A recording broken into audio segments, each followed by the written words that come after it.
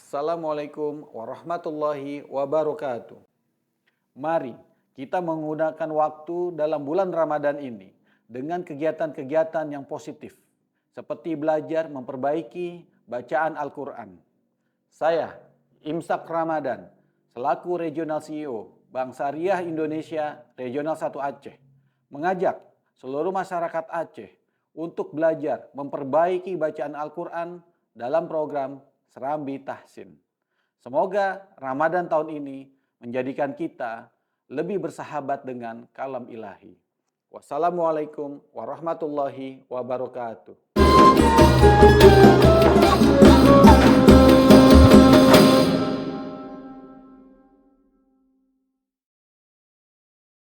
Bismillahirrahmanirrahim. Assalamualaikum warahmatullahi wabarakatuh.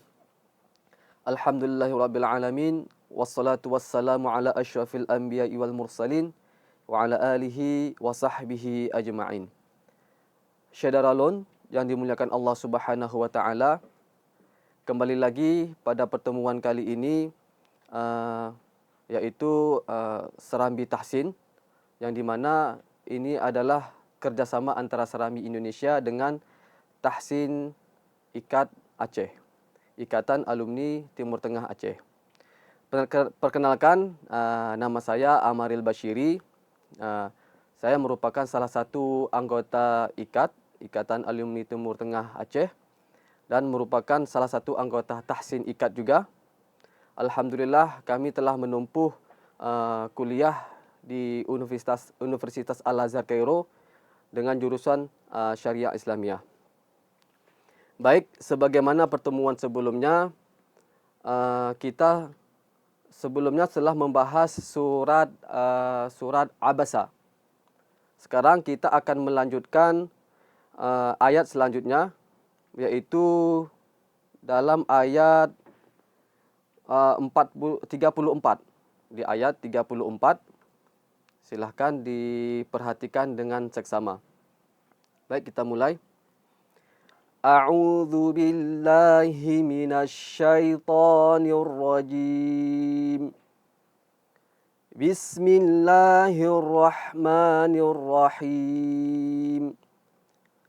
Yauma yafirrul mar'u min akhihi wa ummihi wa abihi wa sahibatihi wa banihi likulli imri'in minhum yawma idzin sya'nun yughnihi wujuhun yawma idzin musfirah dhahikatun mustabshirah wa wujuhun yawma idzin 'alaiha ghabarah tarhaquha qatarah ulaika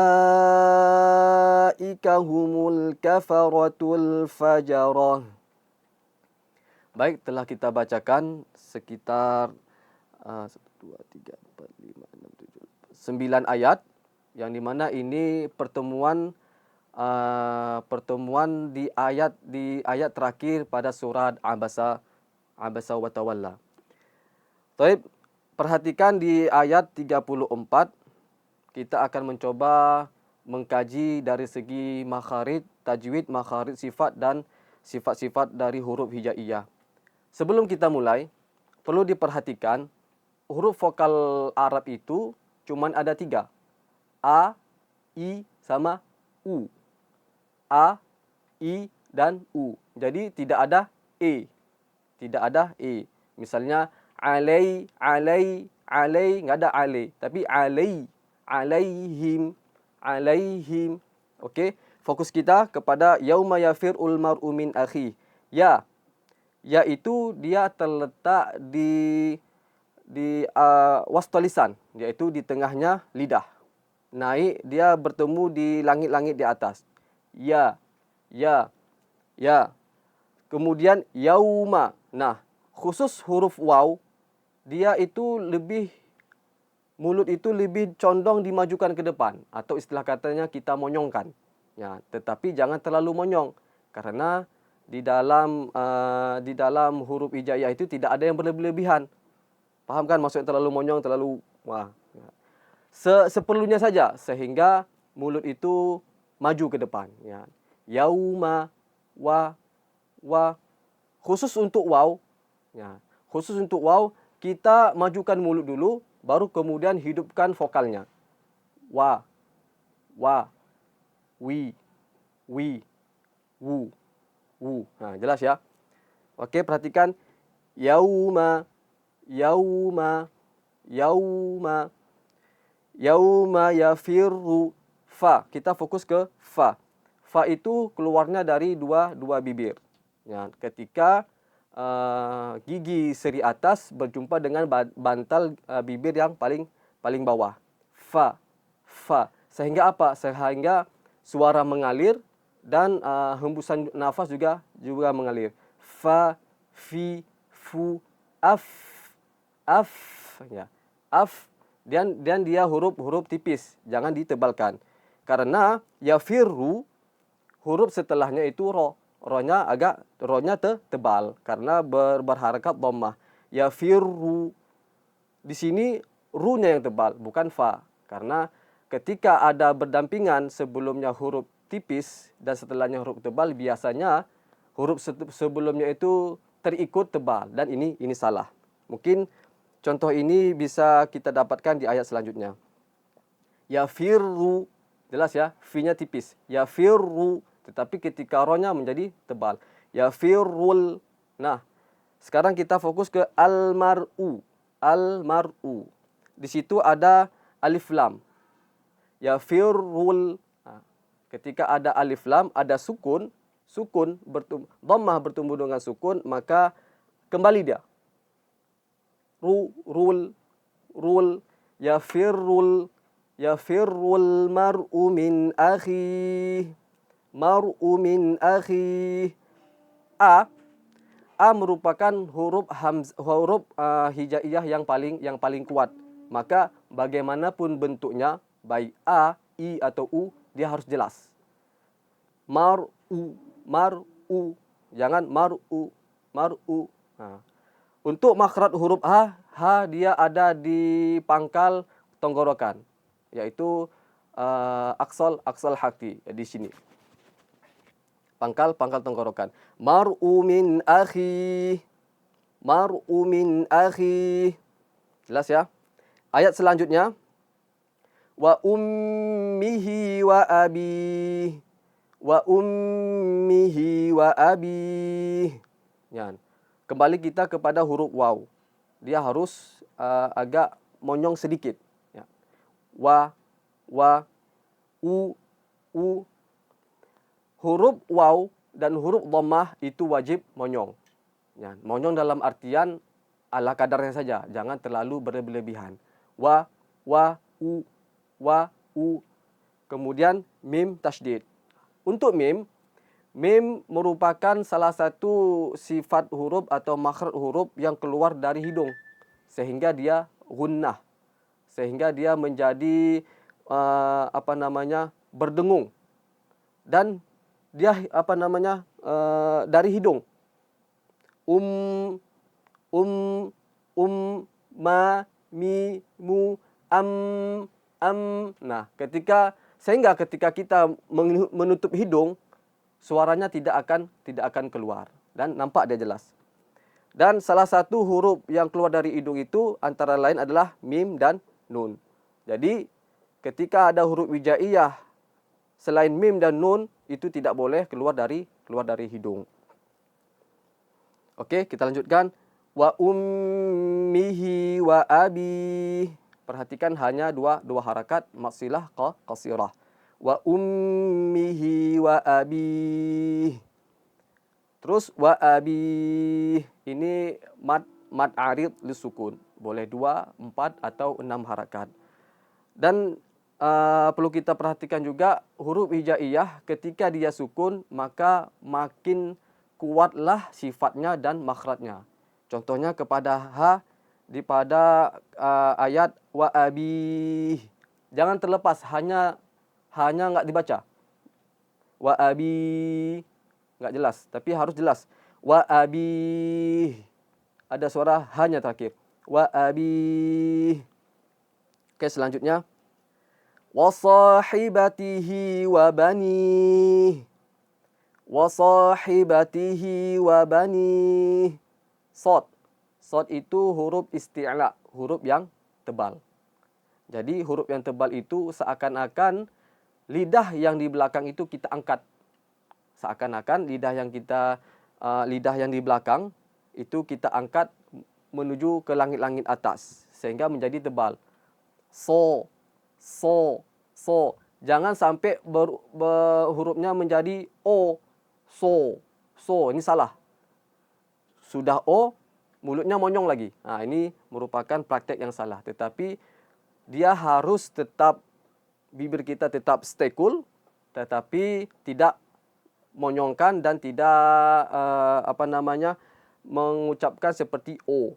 Waso, waso. Ini praktek yang salah. Tetapi waso, waso, so, si, su, so, si, su. Nah, tebal ya. Wa sahibatihi wa banih. Lanjut. Likulli imri'in minhum yawma idzin sya'nun yughni. Likulli imri'in. Nah, ini ada tanwin bertemu dengan mim. Dia gunnah. Likulli imri'in minhum. Nah, gunnahnya itu harus diperjelas. Jangan dipersingkat. Likulli imri'in minhum. Nah, gunnahnya harus lebih banyak digunakan di situ. Yauma idzin, jelas ya, yau tadi kita katakan harus agak monyong sedikit. Yauma idzin. Nah, ini ada zin tanwin bertemu dengan sya, yaitu ikhfa. Dia samar-samar. Yauma idzin. Jadi gunnahnya itu ketika di ikhfa itu sama seperti mim tadi. Likulli imri'in. Begitu juga yauma idzin. Pemberhentiannya sama. Fasenya itu sama. Jangan dilebih-lebihkan atau dikurang-kurangkan. Yauma idzin sya. Dia ada huruf tafasyi. Sya, yaitu dia berada di tengah lidah. Sya. Jangan monyong. Syo. Itu salah ya. Sya. Nah, ketika hamzah sering terjadi banyak kesalahan di kalangan kita, diqalqalahkan. Sya. Enggak boleh, tapi harus jelas. Sya tertahan dia. Sya. Jangan sampai diqalqalahkan atau dipantulkan. Sya'nun. Nah, salah ya. Harus tegas. Yauma idzin sya'nun yughni. Kemudian nun mati ada tanwin bertemu dengan ya, maka idgham bi gunnah. Dimasukkan bersertai dengan dengung. Lanjut. Wujuhu yauma idzin musfirah. Ulangi. Wujuhu yauma idzin musfirah. Jelas ya?